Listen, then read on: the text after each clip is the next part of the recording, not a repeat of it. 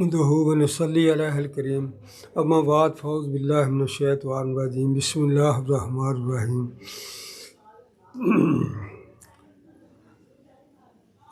آج میں الحمدللہ آپ کو میت کو اصالہ ثواب کرنے کا جو سنت طریقہ ہے وہ بتاؤں گا۔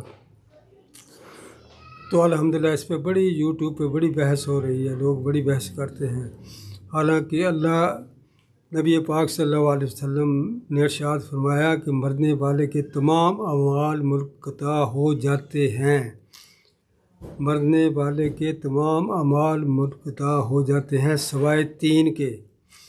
وہ تین کام کیا ہیں؟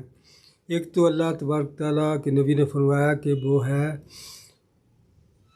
نیک صالح اولاد، جو بھی عمل کرے گی وہ صدقہ جاریہ ہے، وہ اس کے میت جو ہے اس کے والدین جو ہیں ان کے لیے مخصوص ہے۔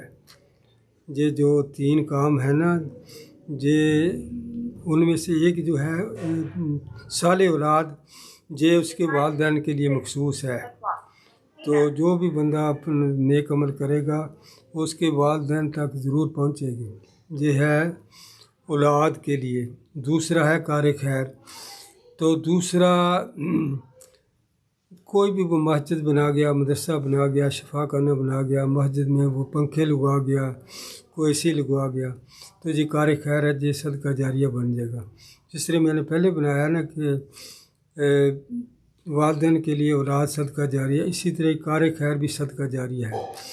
یہ چاہے کوئی بندہ کہے یا نہ کہے، یہ آٹومیٹک سسٹم ہے، جو آپ کے نا کمپیوٹر میں ادھر یہ نیکیاں جمع ہوتی رہیں گی۔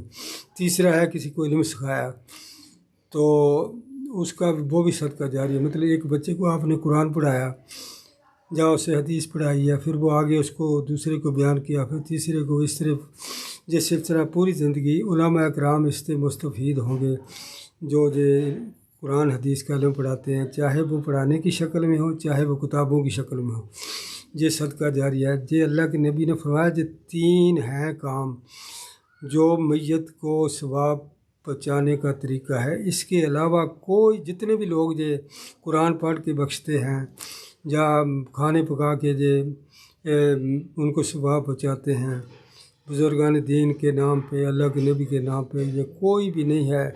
یہ ثواب اصالہ ثواب اس سے نہیں ہوتا، کہ اللہ کے نبی نے فرمایا یہ تین ہیں جن کے ذریعے اصالہ ثواب ہو سکتا ہے۔ پہلا ہے اولاد، نیک اولاد صدقہ جاری ہے۔ دوسرا کار خیر صدقہ جاریہ ہے۔ تیسرا ہے جو علم کسی کو سکھایا پڑھایا، یہ صدقہ جاری۔ اس کے علاوہ چوتھا ہے ہی نہیں، یہ چوتھا ڈھونڈتے ہیں، چوتھا ہے نہیں۔ چوتھا میں آپ کو بتا دیتا ہوں، اس کا اللہ تبارک تعالیٰ نے قرآن پاک میں حکم دیا ہے کہ جو زندہ ہیں، جو فوت ہو گئے ہیں، ان کے لیے آپ دعا کر سکتے ہیں۔ دعا کرنے کا باقاعدہ حکم ہے۔ ارشاد باری تعالیٰ ہے اللہم اغفر لی والمومنین والمومنات والمسلمین والمسلمات، اے اللہ مجھے بخش دے اور مومن مردوں کو بخش دے اور مومن عورتوں کو بخش دے، اور مسلمان مردوں کو بخش دے اور مسلمان عورتوں کو بخش دے، کیونکہ مومن اور مسلم میں بہت فرق ہے۔ دیکھو اللہ کو اپنے بندوں سے کتنا پیار ہے، یہ کتنی پیاری دعا ہے۔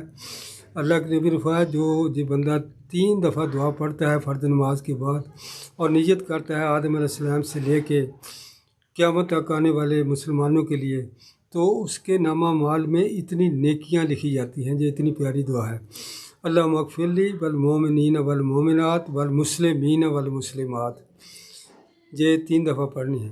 تو یہ دعا ہے۔ دعا اللہ تعالیٰ نے قرآن پاک میں حکم دیا ہے کہ جو لوگ فوت ہو چکے ہیں ایمان کے ساتھ، ان کے لیے دعا کرنے کا ہمیں حکم دیا ہے۔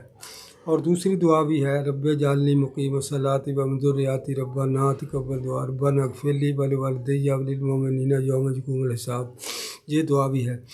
اصالہ ثواب 3 کے علاوہ اللہ کے نبی نے فرمایا کہ فوت ہو جانے والے کے تمام اعمال منقطع کر دیے جاتے ہیں سوائے 3 کے۔ چوتھا نہیں ہے، یہ جتنے قیامت تک بھی ڈھونڈتے رہیں چوتھا نہیں ملے گا۔ اصال ثواب 3 طریقوں سے ہوگا، باقی کوئی طریقہ نہیں ہے۔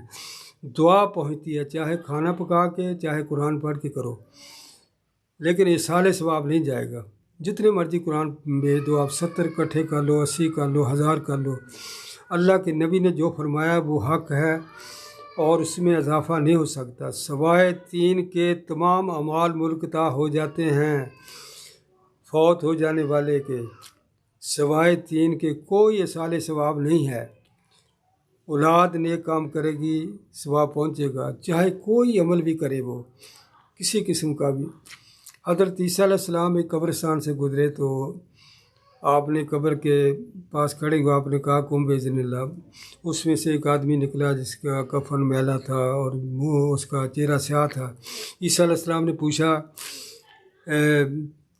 پیچھے کوئی علاج چھوڑ کے نہیں آیا تو؟ اس نے کہا کہ یا نبی اللہ، ایک میری بیوی فوت ہو گئی ہے اور میں بھی فوت ہو گئی، ایک بچہ تھا 5-6 سال کا، پتہ نہیں کس سال میں ہے۔ تو آپ نے دوبارہ اس کو حکم دیا، وہ قبر میں چلا گیا۔ تو عیسیٰ علیہ السلام نے اس کا ایڈریس پوچھ لیا تھا اس بندے سے، اس کے گاؤں میں اس کے شہر میں گئے۔ عیسیٰ علیہ السلام اس بچے کو ڈھونڈا تو ایک ہوٹل پہ مل گیا۔ تو عیسیٰ علیہ السلام نے اس سے پوچھا کہ بیٹے آپ کی کتنی تنخواہ ہے، آپ ادھر کام کرتے ہیں؟ اس نے کہا کہ یا نبی اللہ، مجھے تنخواہ تو نہیں دیتے، مجھے کھانا اور رہائش ملتی ہے، میں ابھی 10 سال کا ہوں۔ تو عیسیٰ علیہ السلام نے کہا اس طرح کریں کہ جو مطلب کھانا لوگ کھاتے ہیں، ان کے جو روٹی کے ٹکڑے وغیرہ بچ جاتے ہیں، ان کو نہ ایک کپڑے میں سنبھال کے رکھ لیں، پھر جو جانور جو ہیں جو کتے بلے وغیرہ ان کو ڈال دیا کریں۔ پھر کچھ عرصہ بعد وہاں سے گزرے عیسیٰ علیہ السلام، پھر کہا قم بإذن اللہ۔ وہ بندہ آیا، اس نے جنت کا لباس پہنا ہوا تھا۔ تو عیسیٰ علیہ السلام نے کہا کہ یہ کیسے مل گیا آپ کو لباس؟ تو جنت کا لباس کیسے ملا؟ تو اس نے کہا کہ یا نبی اللہ، میرے بیٹے نے میرے لیے صدقہ کیا ہے، اللہ تبارک تعالیٰ نے مجھے معاف فرما دیا ہے۔ پھر اسی طرح عیسیٰ علیہ السلام پھر ایک قبرستان سے گزرے، وہاں قبر کے پاس آپ کھڑے ہو گئے، آپ نے فرمایا کہ قم بإذن اللہ۔ وہ بندہ باہر آ گیا، اس کا بھی یہی حال تھا، چہرہ سیاہ تھا، مار پڑ رہی تھی اسے۔ تو عیسیٰ علیہ السلام نے پوچھا کہ کیا تو پیچھے کوئی اولاد کو چھوڑ کے نہیں آیا؟ اس نے کہا یا نبی اللہ، میں جب قریب المرگ تھا، میں نے اپنی بیوی کو جو نصیحت کی تھی کہ یہ جو بچہ ہے جو پیدا ہوگا، وہ حاملہ تھی، تو اس کے نا مسجد مدرسے میں اس کو قرآن پاک کی تعلیم دلوانا، بس اتنا ہے۔ اس کے بعد میں فوت ہو گیا ہوں۔ تو پھر آپ نا عیسیٰ علیہ السلام 6 سال بعد ادھر سے گزرے، پھر اس قبر پہ آپ نے کہا قم بإذن اللہ۔ وہ بندہ باہر ہے، اس کے بھی جنت کا لباس تھا۔ تو عیسیٰ علیہ السلام نے پوچھا جی آپ کو کیسے مل گیا؟ تو اس شخص نے کہا کہ یا نبی اللہ، میرا بیٹا آج پہلے دن مسجد میں گیا ہے تو اس نے توتلی زبان سے پڑھا ہے بسم اللہ الرحمن الرحیم۔ تو اللہ تبارک تعالیٰ نے کہا کہ یہ چھوٹا بچہ مجھے رحمان کہہ رہا ہے، رحیم کہہ رہا ہے۔ تو اللہ تبارک تعالیٰ نے وہ میرا جو عذاب قبر تھا وہ میرے بیٹے کے بسم اللہ الرحمن الرحیم کہنے سے وہ اللہ نے میرا وہ عذاب ختم کر دیا ہے۔ دوستو، جو اولاد صدقہ جاریہ ہے، دوسرا کار خیر صدقہ جاریہ ہے، تیسرا ہے کسی کو علم سکھایا، پڑھایا، کتاب لکھی، یا کسی کو یہ قاری حضرات پڑھاتے ہیں، علماء پڑھاتے ہیں، بڑے بڑے مفتی ہیں، تو یہ ان کے لیے بڑی سعادت ہے۔ یہ فوت ہو جائیں گے لیکن ان کے لیے یہ 3 چیزیں صدقہ جاریہ رہیں گی۔ باقی اس کے علاوہ کسی کو اصال ثواب نہیں کیا سکتا۔ ان کے لیے اللہ تبارک تعالیٰ نے حکم دیا ہے کہ جو لوگ دنیا سے فوت ہو گئے ہیں ان کے لیے بخشش کی دعا کرو۔ مرنے والے کو لوگوں سن لو، مرنے والے کو کسی چیز کی ضرورت نہیں، صرف بخشش کی دعا کی ضرورت ہے۔ اللہ تعالیٰ ہدایت نصیب فرمائے، قرآن و سنت کو سمجھنے اور اس پر عمل کرنے کی توفیق عطا فرمائے۔ سبحان ربک رب العزت عما یصفون و سلام علی المرسلین، الحمد للہ رب العالمین۔